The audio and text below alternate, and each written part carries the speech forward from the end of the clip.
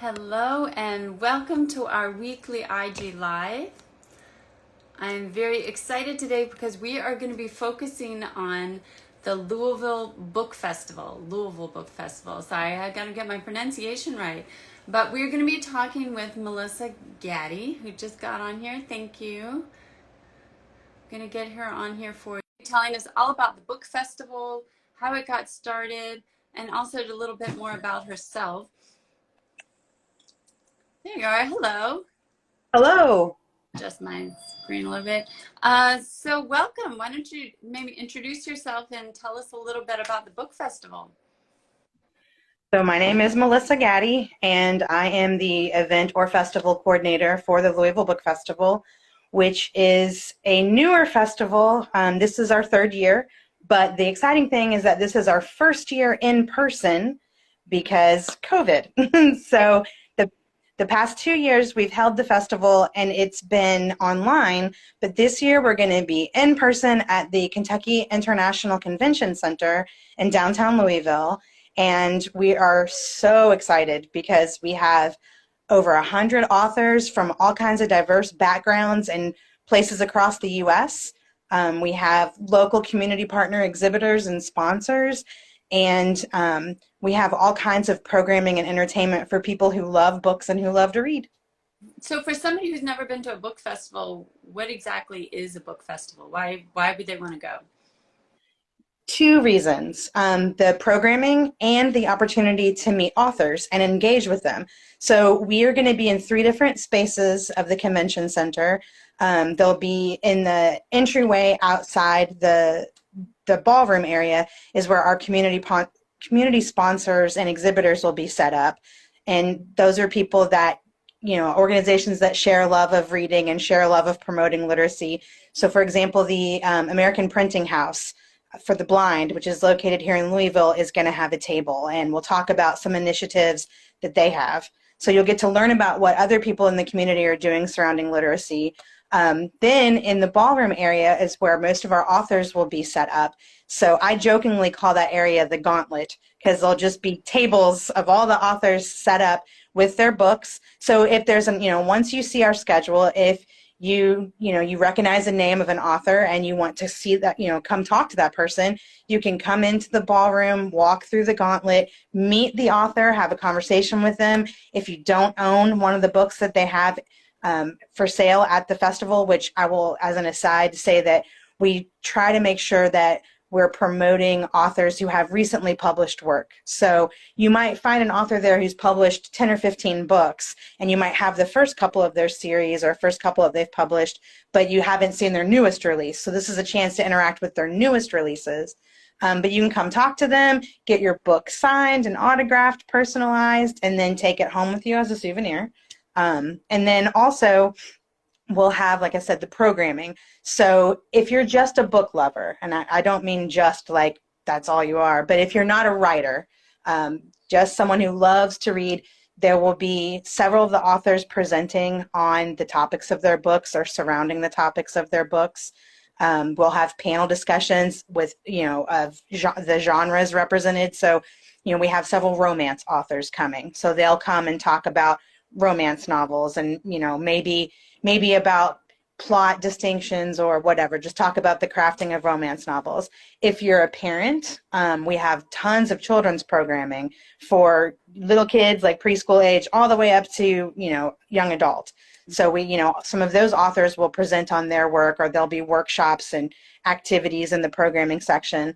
And then if you are a writer, we have 2 different programming tracks, regular industry programming. So if you are struggling with a great opening sentence, or you are trying to figure out how to make your book not too wordy or not too long, or you feel like you've gotten stuck in some plot development or stuff, we'll have those kinds of things as for writers. And then learning about the industry, like we have someone coming to speak about audiobooks and audiobook production. So recognizing that there are things outside of your traditional print media or print publishing that you can pursue as an author and writer. So some workshop and nuts and bolts kind of stuff for writers, and then also industry specific, like how to pitch to a publisher, how to create an elevator pitch so that you have your idea succinct and ready to just spill to the world. Wow, that's amazing. And so, especially when you say 100 authors are going to be there, I mean, for a book lover, that's like a dream come true, the chance to meet all these different authors. And also, like you said, if you're writing or thinking about writing, then you can really get help with your craft. So how did this idea come about, and why Louisville? Well, our founder, Dee Dee Cummings, is from Louisville, Kentucky. She lives and works here. And she works, in the past, she's worked with Child Protective Services and in the social work fields. She's also an attorney, and she's also a mental health therapist. So in all of her different roles that she's held over the years, she has worked with youth and has seen firsthand how literacy is so important in opening doors and providing opportunities for kiddos to, if you can read and you can understand, like you can fill out an employment application, you can understand a lease agreement, you can formulate a business plan, it opens doors in a variety of functional ways, but also in terms of imagining and, being able to, if your situation isn't the most optimal, at one point in your life, having that imagination, that creativity can help you open doors, and literacy and reading help open those doors. So her big focus is on creating opportunities for young people. And she recognizes how important literacy is in making that happen. And then she's also a book lover, as are all of us who are on the team at Louisville Book Festival. We all are big bookworms. We love to read. And for Dee Dee, she felt like Louisville, Kentucky, or Louisville in general, because Kentucky is really lucky. We actually have 2 other book festivals. So we are adding another festival to the repertoire in the state, but one is in Lexington and the other it's the Southern Kentucky Festival of Books. It's usually held in Bowling Green. So Dee Dee felt like Louisville was just as big a city that, could accommodate a book festival the way that Lexington and Bowling Green have. And she wants it to develop and grow into something that rivals like the Boston Book Festival and other well-known book festivals that, still support new authors and upcoming authors, but also are able to pull in talent of big names in publishing that, any person, any average Joe who walks into a bookstore would recognize some of the names. Right. And how did you get involved with it? Well, one of my very good friends is the arts editor for Leo Weekly, which is a Louisville-based free newspaper publication. And she put out a call a couple of summers ago looking for freelance writers. And she and I have been friends forever and ever and ever. And so I sent her a message. I had it's always nice when when you have connections. So I sent her a message and I was like, what do you have to do? What do I have to do to freelance? You think I can do it? She was like, absolutely. So she just started throwing assignments at me here and there. And my first assignment was to interview a country rock band from Nashville. And then a couple weeks later, she sent me information about Dee Dee and another young woman in Louisville who were both working in the fields of literacy and reading. And she wanted me to write an article about both of them. And after I interviewed both Dee Dee and Jasmine Reed, the other woman I interviewed, I went back to my friend, the editor, and I was like, this has to be 2 stories. It can't just be one. I run on a lot, I talk a lot, and I write a lot. My 3rd grade teacher called me Little Hemingway, so I have trouble being succinct sometimes. And my column deadline or word count is it's limited. So I convinced Erica that we needed to have 2 articles. So I wrote an article about Dee Dee and about Make a Way and about all the other endeavors. And at the time, she wanted to promote Louisville Book Festival because the second virtual one was coming up. So that's how I got brought on board. I interviewed her for our local newspaper, or free weekly, not newspaper. That's funny. She does have that kind of personality that once you meet her, you just want to work with her. That was my experience. Through another and we started working together. So you have a background in journalism, which I'm sure is kind of an interesting to bring to all this. Go ahead, sorry. I say I actually don't.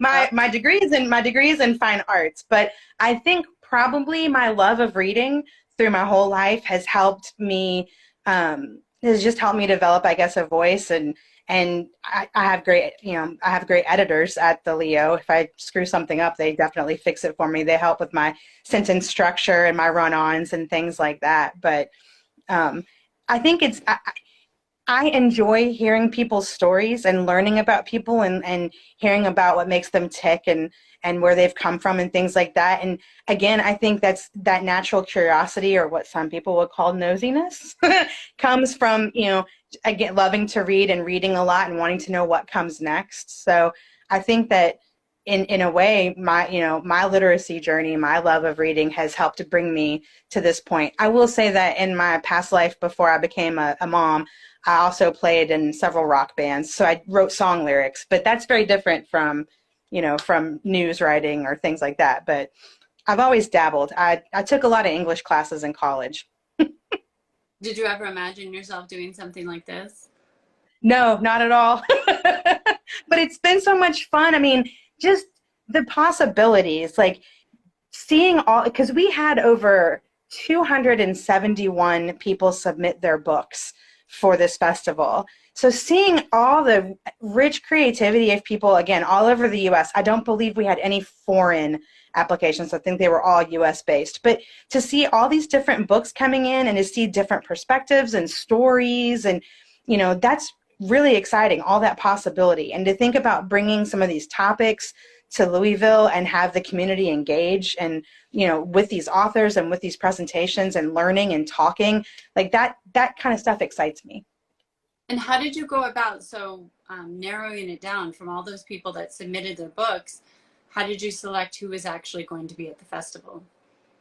That was really tough. The first step that some of the first things that we look for are making sure that there are no obvious typos. One of the criteria for application to the festival is that your book be professionally edited. So, sometimes people have been, maybe have not paid for a professional editor and don't understand what that means, and they submit their book anyway. If we find major typos, that unfortunately is like a strike against. But for the most part, what we're looking for is, great stories, engaging topics. We tried to make sure, or we didn't try, we did make sure that we were looking at all the different genres and that people would submit under, and make sure that we had a good blend and variety of everything. So this isn't like, 100 romance novelists or 100 mystery writers. So, we have nonfiction, and in the nonfiction, we have, it's not just a particular type of nonfiction. There's travel writing. There's a woman who's written a book about the Enneagram and how the Enneagram can help you as a person in your personal life. And then we have our, young adult writers, picture book writers, middle grade writers, romance, mystery, straight fiction, poetry, memoir. I mean, you name it. And then some of our other interesting nonfiction topics or writers we have a local writer, local author from Louisville, Dan Cannon, who's also a very accomplished attorney. He argued the gay rights marriage case in front of the U.S. Supreme Court. And he has published a book about plea bargaining in the U.S. justice system, and it's very, very illuminating. He's going to be one of our speakers. And then we have a gentleman coming from Houston, Texas, who was not born in the United States, but lives here now, and he writes about the idea of nations and their concept of exceptionalism, how all nations think that they are the most exceptional nation of all, and how that creates, how that colors their worldview and how that makes them portray themselves to other countries. So really interesting nonfiction stuff like that too. What are you personally most excited about? What are you looking forward to? Oh, I mean, well, putting together the presentation lists has been really awesome, but I'm not going to be able to be in all the rooms at the same time because there's only one of me, unfortunately. So I think maybe just being able to hear feedback from the community about sessions that they interacted with and what they liked the most We have also made it a point of really trying to engage our public school system here in Louisville and get field trips set up for because our festival is a 2-day festival. So Friday during the day, we're hoping to have a decent number of school field trips.